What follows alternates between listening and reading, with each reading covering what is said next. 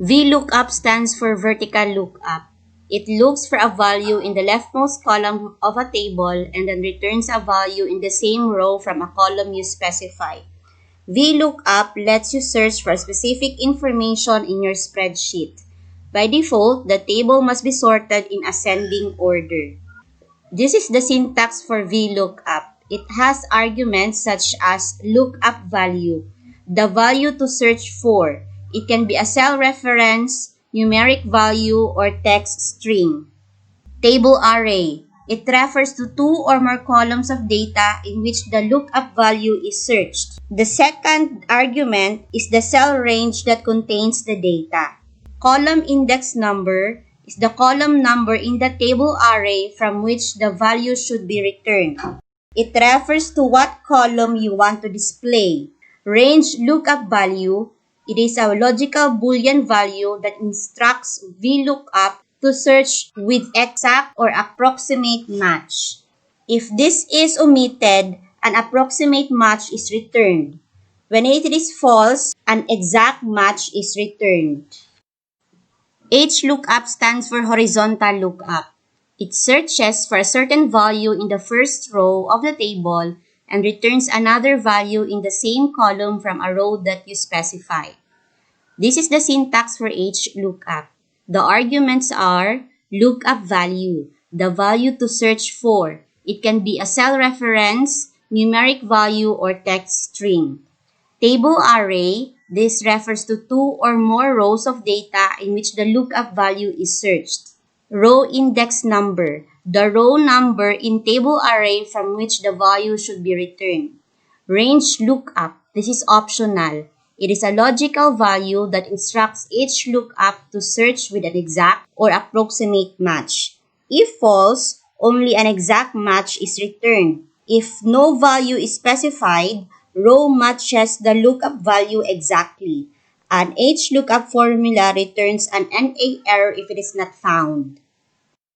Now we're going to apply VLOOKUP and HLOOKUP function in our water billing report. For consumer name, we're going to use relative reference. For service type, so that we will know if it is a VLOOKUP or HLOOKUP function, we need to look at our table. Since it is in vertical format, we're going to use VLOOKUP. So go to Insert Function. Look for VLOOKUP. Lookup value. So this is C7. Table array. Highlight the values but do not include the header of your table. Click F4 to make it absolute reference. So for column index number, we need to look at our table. Since we're looking for the service type, this is second column, we need to put 2. Range lookup. Since we are looking for the exact match, we're going to write false.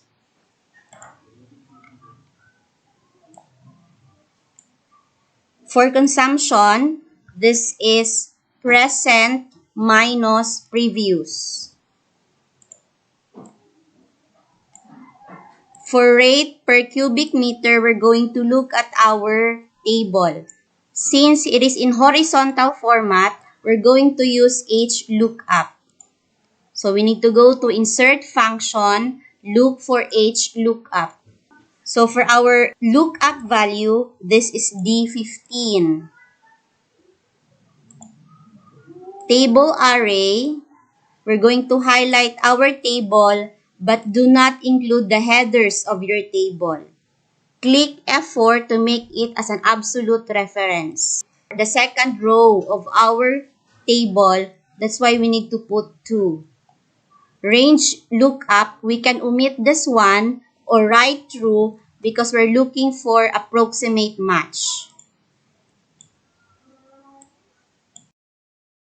For the bill, this is consumption multiplied with rate per cubic meter. So again, for consumer's name, we're going to use relative reference. If there will be changes in consumer's name, then it would be easier for us to update our report. For the service type, this is VLOOKUP since our table is in vertical form. Lookup value, this is C7. Table array, highlight the table but then again do not include the headers of your table. Column index, since we are trying to display the second column, so we need to put 2. So this is false, we're looking for the exact match.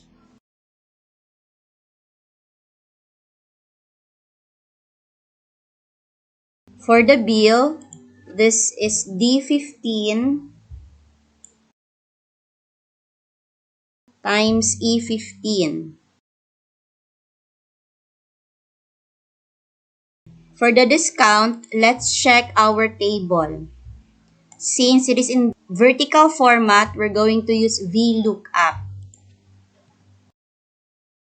So insert function, VLOOKUP, lookup value, this is D23. Table array, highlight the table. Again, do not include the headers of your table. Make is an absolute reference. Column index, since we're going to display the second column, we need to put 2.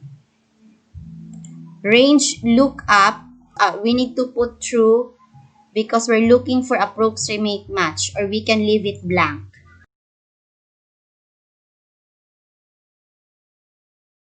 For the new bill, this is D23 minus D23 times E23.